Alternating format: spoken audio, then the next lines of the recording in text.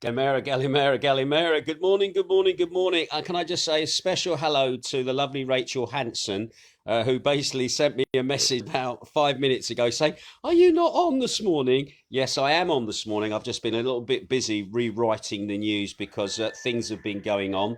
At the moment, I know people enjoy seeing the chickens, and the chickens are really smart. You know why that is? Because they know what time I do my broadcast, and the chickens like to seems now come as I'm just about getting ready to do my broadcast. So anyway, here they are, all coming up to have something. We got the brave one here. Where's the other little brave one? Where's she gone? Laurel and Hardy. So anyway, I'm just going to chuck that down. Oh, it's okay. It's okay. I'm just going to chuck that. There's more on the veranda, kids. Anyway, let's have a quick look at what's been going on. Once again, thank you for those people who are tuning in. Nice to see you this morning, Amanda, as well. Looking at the weather today, it is absolutely glorious. The weather is fantastic this morning. After a bit of a dim day yesterday, it did kind of struggle to brighten up, but today is glorious. There's a little bit of a wind, but the nice thing is it's not cold, all right? Nice wispier clouds about, all very pretty. Bright sunshine as well. Looking towards Amber Lockerbie and Kerry. A little bit of smoke there. Somebody's still doing the olives. You always tell that because it's white smoke. If everybody's burning their rubbish, it normally is not nice clear white smoke. It's normally sort of a dirty blacky colour. So that's somebody there burning their olive wood, or where they've been pruning and stuff like that. So there you go. What a beautiful day today. Looking forward to Amanda's weather forecast. Big shout out to Wiggy Winstanley over there in Cyprus. He's the ambassador for Wigan in Cyprus at the moment. He's tuning in. Nice to see you, buddy. And looking over to the back of the house. Remember yesterday when we were over the back, you couldn't see the sun because it was being blotted out by the clouds. Well, you certainly can see the sun at the moment, and it is absolutely glorious. Fantastic weather today, isn't it beautiful? All right, looking towards Sillaby. Again, it is clear blue skies in that direction, so I should think the north end of the island are going to have some nice weather as well. And yeah, I think Jane and we might be doing our little walk today because the weather's nice. We didn't do it last week because it was bloody awful. That's if I remember rightly. So anyway, let's have a look at the news today. There's been quite a bit going on in the last 24 hours, so that's one of the reasons why I've been rewriting the news. And so let's oh, and there's little Sandy there looking in as well. Nice to see you, Sandy. Right, and there goes Herbert. Right, let's have a quick look at what's been going on in the last 24 hours here in Greece. Now, today is, believe it or not, 107 of our lockdown here in Greece. And also today is the first anniversary of the day that changed the world. Now, some of you may have forgotten this, but on February the 21st in 2020, the government of Italy did something that no Western government had ever done before, something that the World Health Organization had expressly recommended against only 4 months earlier.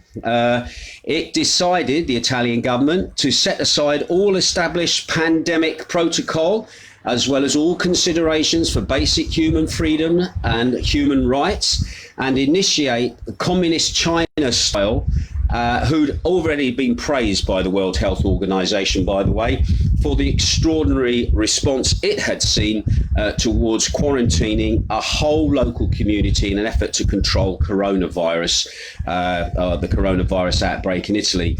Now, what started with 10 towns and 50,000 people in Lombardy quickly established itself as the go-to and unassailable response to coronavirus threat.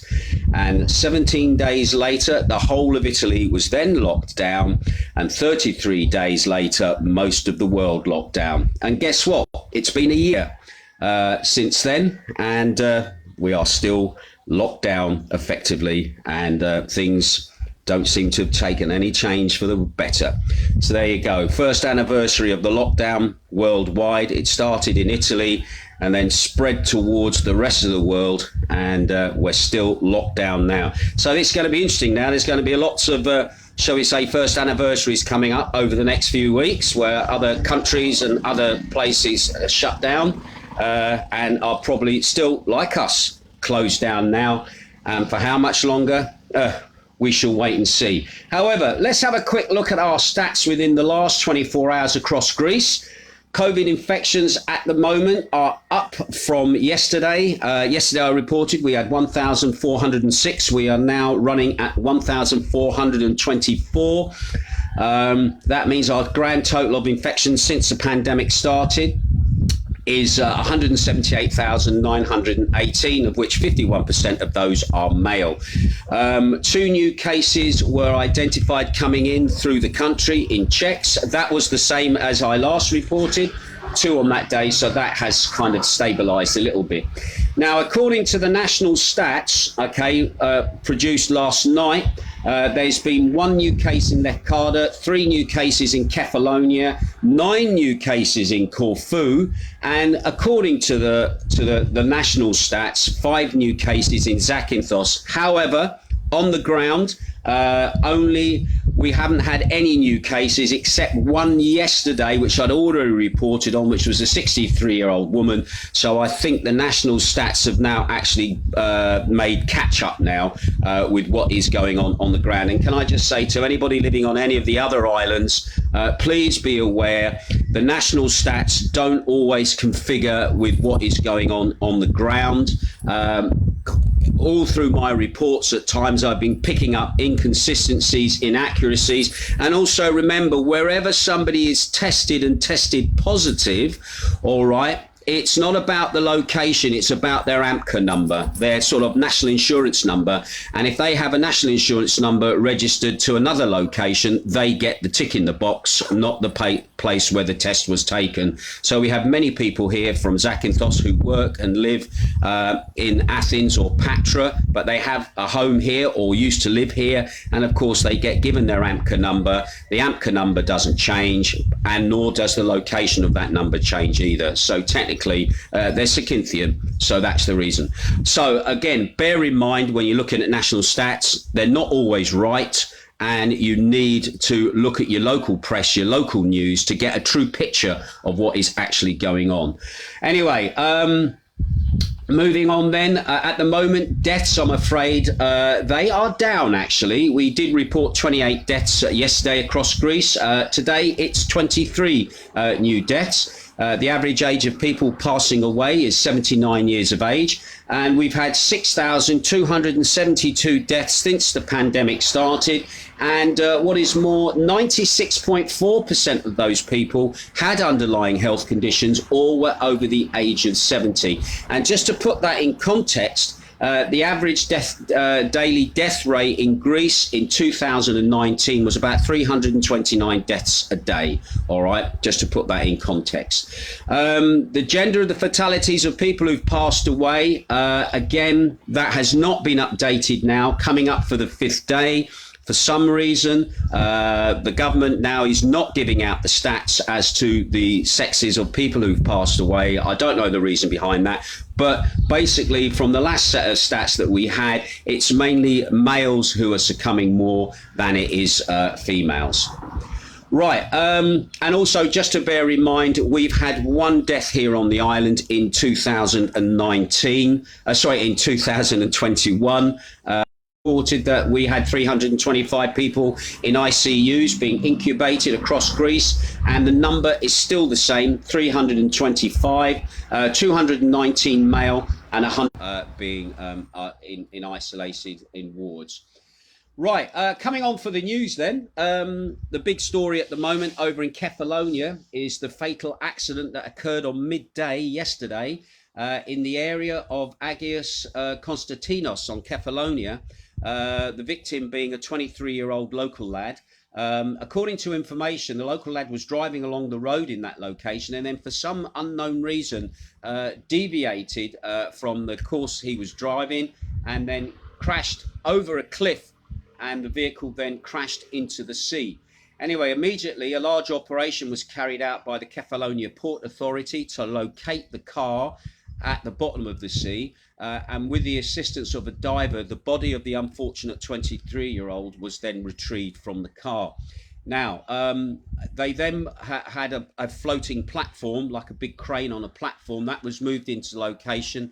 They managed to retrieve the car from the seabed, and the car was transported round to the port of Agostoli, and the Kefalonia Port Authority now is conducting its own investigation into the exact causes of the accident, and we can just send our condolences to the family of the family for their loss. All right, 23-year-old lad lost his life yesterday in Kefalonia in a car crash. We might remember that just before Christmas we had the same here, where a car had literally rolled off the end of the parking lot in the town. Luckily no one was in it. Somebody left their handbrake off and it rolled into the sea, but again, quite amazing feat for the local authorities there to be able to retrieve that car from the bottom of the sea and get it out. But anyway, our condolences to the family.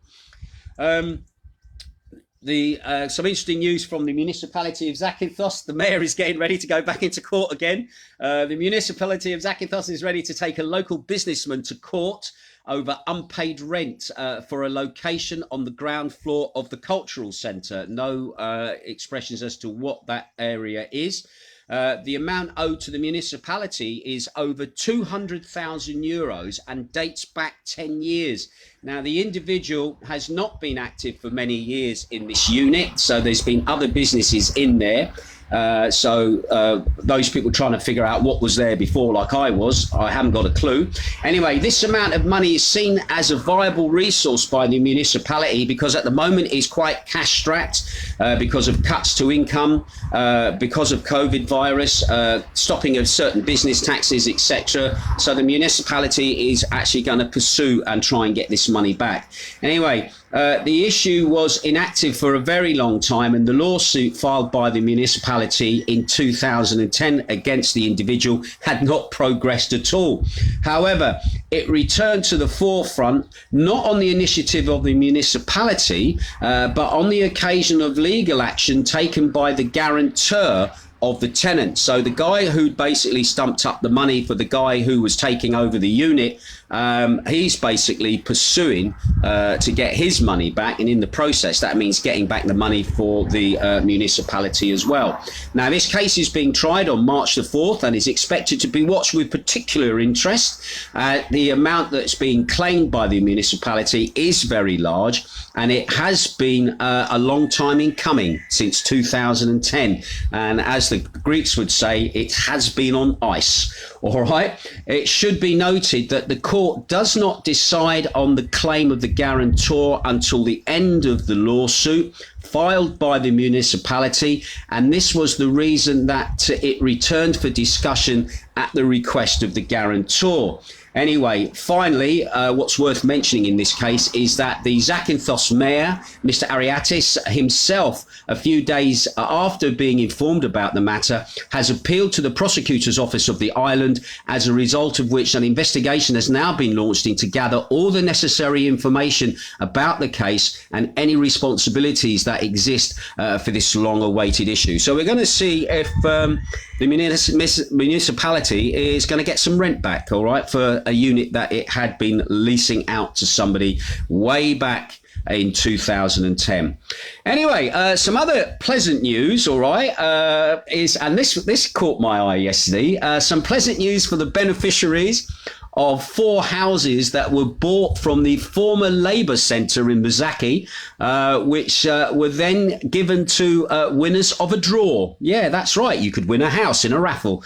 Anyway, however, the beneficiaries, until today, it's been impossible for them to actually move into these houses because they're basically uninhabitable. They are basically just shells. They've been looted and damaged. And about a year ago, Hermes News took up the issue and they put lots of pictures up online to show how the houses were and what state they were in. Now, according to the information, is that the management of OEAD who were responsible for the Labour Centre, the organisation then decided that they would actually put some money in to actually restoring these houses, because the people who won these houses were people who didn't have a lot of money. They were people from low incomes and obviously, from the looks of it, long-term unemployed for various reasons. So basically, 160,000 euros has been acquired, and a tender is now about to be signed with a local contractor who's going to renovate all of these houses. So those people that won these houses in a draw, and it was a draw of 300 people. It wasn't like you could go buy a raffle ticket and get one. It was you were selected from OEAD, and you were put into the draw, and basically 4 lucky families were the winners. And now it looks like they're going to sign a deal. 160,000 euros is going to be spent, and they're going to sort these places out, and people then from lower incomes will be able to move into them. And looking at the pictures of the houses at the moment, there's a lot of potential there. That's all I can say. And they look like they're going to be rather nice when they're actually finished. Anyway, moving on then, the big story at the moment, and I do know this has been also talked about in the local press. I'm going to touch on some subjects that some people may find sensitive, and also some people might not even want to hear it. But trust me, it goes on everywhere around the world, and Greece is no different to anywhere else. It seems that stage actor and director Dimitris Lingadis, until recently the artistic director of Greece's National Theatre, has been arrested. Lingadis is being accused of multiple rapes, a felony at this point. Lingadis is accused of 2 rapes, one of a 14-year-old boy in 2010, and another where the victim deposed in front of the prosecutor, which has not been yet made known. So there's something else that's been brought up that hasn't been made known. A woman who was intimately connected with the director was knowledgeable about his private life, it has been said in the media, and has provided very important testimony. Now, according to the Hellenic police, Lingadis presented himself at a police station in central Athens, where he was arrested. He's being held at the building pending an appearance before the examining magistrate. Anyway, on Friday, the government and the culture minister, Lina Medoni, came under a barrage of fire from the opposition parties over the alleged foot dragging in the case of the recently resigned director of the National Theatre. Now, in a press conference on Friday, Medoni described him as a dangerous person who had deceived her. She said, from the moment that the rumours started, we pressed him hard to tell us the truth. He deceived us. He deceived me. He tried to convince us that he had nothing to do with all of this and that the rumours did not concern him. Anyway, this was too little, too late for Syriza, that's the opposition party, which referred to the delayed statements of condemnation, pointing the finger at both the Prime Minister, Mr. Mitsotakis, and Medouin, who it is said is a personal friend of Lingadis and had tried to protect him. Anyway, Syriza leader Tsipras said, I had demanded the resignation of Mrs. Medouin. Why? Because for 2 weeks she covered up these allegations, the accusations, until the artistic director of the National Theatre himself resigned. So anyway, this is a case, we'll keep an eye on this. Interestingly, another case also was printed yesterday in the national press. A 35-year-old teacher I'll say that again. A 35-year-old woman teacher has been indicted for allegedly grooming and sexually abusing her 13-year-old student. She's been released on restricted terms, and that happened on Thursday, pending her trial. The teacher was arrested last week following a complaint filed by the boy's mother, who said they were in a sexual relationship. She's charged with grooming the boy while she gave him private lessons. And the Athens Misdemeanors Court Council on Thursday decided that she's not allowed within 1 kilometre of the boy and cannot have any communication with him. She will also be supervised by a psychologist. Anyway, the investigating magistrate in the case has optioned that she should be remanded on the grounds that there would be a risk and she would continue to sexually abuse the boys. So that's another court case that's at the moment in the offing. There's been a lot of child sex allegations and child abuse and domestic abuse allegations come through just within the last month since the Olympian, and I can't remember her name, came forward to say that she'd been molested during the Olympics by one of the officials from Greece in the Olympics. So again, that's opened up an absolute concatenate of allegations, and it's been a long time in coming. We know people who've been in the same situation where things get brushed under the carpet, people don't get justice, and this psychologically affects people in the future in their lives.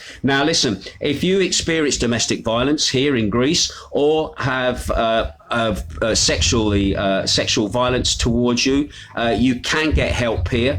You can either call the police on the number 100. They are now trained to deal with this as well. You can also phone a dedicated helpline as well on 1440. And these people there on that number, they man that line 24 hours a day, 7 days a week. And also, not only is it in Greek, but it's also in English as well. So even if you don't speak the language, you can still get help as well. So anyway, there you go. That is the news for today. And do we have a good and finally story? Yeah, we do, actually. If you might remember a couple of days ago, we were talking about Stefan Tsitsipas, who was playing Nadal in the Australian Open in the tennis. And he'd come back down 2 sets to win the game, absolutely pounding Nadal, who was at the time number 2 in the world for tennis. And bless him, the poor fella yesterday, he lost his semi-final of the Australian Open to the 4th seed, to Daniil Medvedev in straight sets. The Greek champion looked very tired after Wednesday's epic battle with Nadal, but he lost the match by 4-6, 2-6, 5-7. And the 22-year-old made a bit of a comeback in the 3rd set when he broke Medvedev's serve.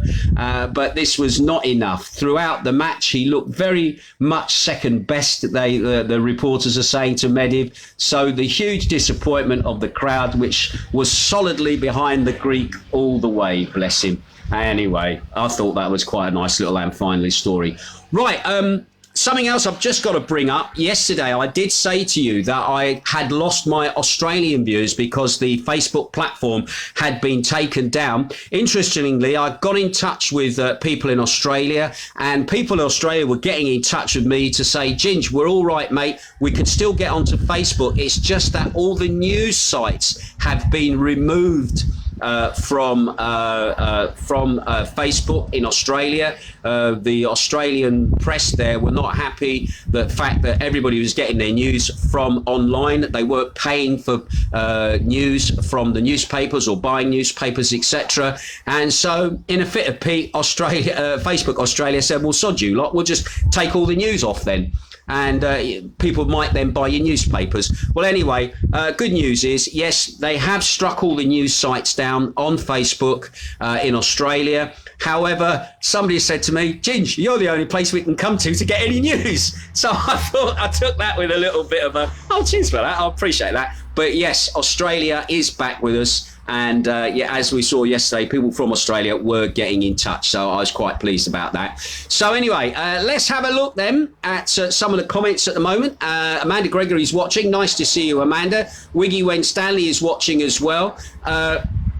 He says, morning from the ambassador of Wigan to Cyprus. Don't forget, I've got my Northern Soul show tonight on beachradio.co.uk. Thank you for those people who were tuning in as well on Friday night to my other show, the Dance Anthems. We had a really good response, actually. I was really chuffed about that. And I'm on air again tonight at 5 o'clock UK time till 7 o'clock, which is 7 o'clock till 9 o'clock Greek time. come and listen to the sounds of Northern Soul. Fantastic. Anyway, Amanda's just dropped her weather forecast for today. Good morning, Ginge. Lovely and sunny day, partly cloudy with a cool breeze. High temperatures 15 degrees. Have a good day. Thank you, my darling. As always, lovely and concise. Paul Goody is watching as well. Nice to see you. And Wiggy said hello to Paul as well, which is nice. Lynn Cunningham is watching as well. Joe Corns is watching. Good old buddy of mine, ex-Raf Reg. Nice to see you here, looking in, fella. Julie Meldrum is watching as well. Kevin Bell is watching. Joe Corns says, living the dream, Ginge. Good on you both. And get that jumper off, laugh out loud. Listen, I might have a jumper on it. It's just still a little bit nippy, but it's... I need to change my top every day, so you don't think I wear the same clothes all the time. Anyway, Heather Flynn is also watching, is in. Nice to see you as well. Charlie Louise is also watching as well. Neil Facier is watching. Claire Thompson is watching as well. Kathy Nicholas is watching. Nice to have you. Derek Carter is watching as well. Nice to see you. Stu Hodgson from the fire section up there in County Durham is looking in as well. Nice to see you there, fella.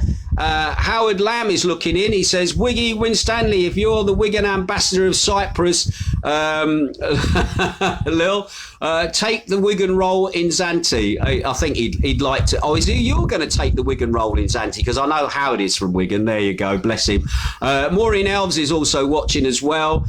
She's from round the corner. I hope you're good. I saw you the other day at Lidl, queuing up in the sunshine, ready to do your shopping. Julie Meldrum says, good morning, Ginge. Lyndon in Wales is also tuning in. Lovely to see you here, fella. Hope you're keeping well. Jeanette Farrett is also looking as well. Heather Nash is also looking in. Julian Ansell is looking as well. Nice to see you. Heather Nash says, good morning to you and James and kisses. Delia is also tuning in. Gazzetti, nice to see you watching as well. Chris Neal is watching. Al Parks and sunny Catterick. Even when it's raining, it's always sunny there, so I'm told. Yes, of course it's like that. Alan Parks is watching. Raf Reg Buddy. Andrew the Fridge Watkins is watching as well. Wiggy's having a chat with the ambassador to Wigan, to Cyprus, with Howard Lamb. He says, whereabouts in Wigan are you from? Anyway, they're having a chat now. Shane Bowen is watching as well. Also, Shane Bowen says, Gallimera Ginge. I love the way he's written that, and it actually puts automatically translated below it, as if we didn't know what it meant. Amanda Gregory's watching as well. Shane Bowen says, Dark Phantoms was brilliant. Thank you for that. I'm so pleased you tuned into that, Shane.